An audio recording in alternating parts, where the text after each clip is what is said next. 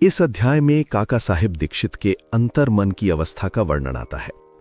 उनके मन में वैराग्य जाग रहा था। सांसारिक जीवन से उनका मन धीरे धीरे अलग हो रहा था। वो सोच रहे थे, क्या मैं सब छोड़कर यहीं रह जाऊं? क्या मैं पूरी तरह गुरु के चरणों में समर्पित हो सकता हूं? उनका मन बाबा के चरणों में स्थिर हो चुका था। बाबा सब जानते थे। बिना कुछ कहे, बिना प्रश्न पूछे उन्होंने दीक्षित के मन की स्थिति को पहचान लिया। बाबा ने संकेत दिया, सही समय पर सब होगा। हर जीव का जीवन एक योजना के अनुसार चल रहा है। गुरु बिना बोले भी शिष्य को मार्ग दिखाता है।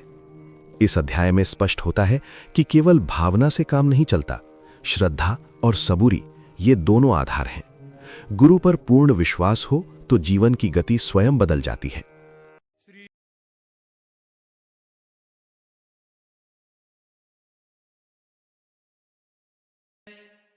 जब मन शांत होता है तभी गुरु की कृपा को समझा जा सकता है।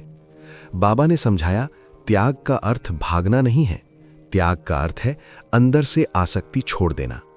घर में रहकर भी मुक्ति मिल सकती है।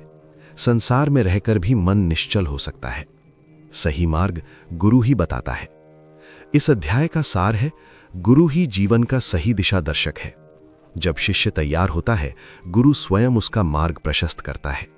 साईं बाबा का संदेश स्पष्ट था, श्रद्धा रखो, सबूरी रखो और सब कुछ समय पर होगा। 1916 में एक मद्रासी भजनी मेला बनारस यात्रा पर निकला। उन्होंने सुना कि शिरडी में एक महान संत रहते हैं जो भक्तों को दक्षिणा देते हैं।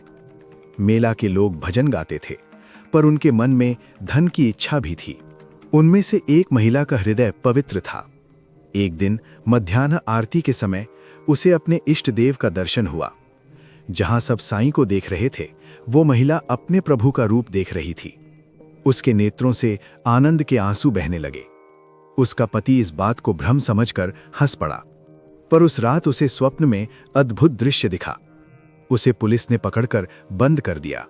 तब उन्होंने बाबा को देखा। बाबा ने कहा, अपने कर्म का फल भोगना पड़ेगा। विश्वास के प्रश्न पर उसे अपनी श्रद्धा परखनी पड़ी। फिर दृश्य बदला और वो मुक्त हो गया।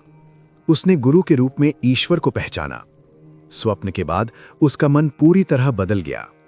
लालच और संदेह मिट गए। सच्ची भक्ति जाग उठी। अगले दिन बाबा ने उसे प्रसाद दिया और आशीर्वाद दिया। मेला का यात्रा सफल हुआ। उन्हें धन से बड़ा वरदान मिला, विश्वास और आनंद। बांद्रा का तेंदुलकर परिवार बाबा का भक्त था। सावित्रीबाई ने भजन संग्रह लिखा। उनका बेटा पढ़ाई और जीवन के संघर्ष में था। बाबा की कृपा से उसके संकट दूर हुए और जीवन में सफलता मिली। ये दिखाता है कि श्रद्धा से परिणाम बदलते हैं। डॉक्टर कैप्टन हाटे और वामन नार्वेकर जैसे भक्तों को भी बाबा ने अलग अलग तरीके से मार्गदर्शन दिया। हर भक्त के साथ व्यवहार अलग था, पर उद्देश्य एक, आंतरिक सुधार और विश्वास। इस अध्याय का सार है, साईं भक्तों के मन को सुधारने के लिए कभी स्वप्न, कभी उपदेश, कभी अनुभव का सहारा लेते थे। उनकी कृपा से भक्ति पक्की होती है और जीवन का मार्ग स्पष्ट होता है।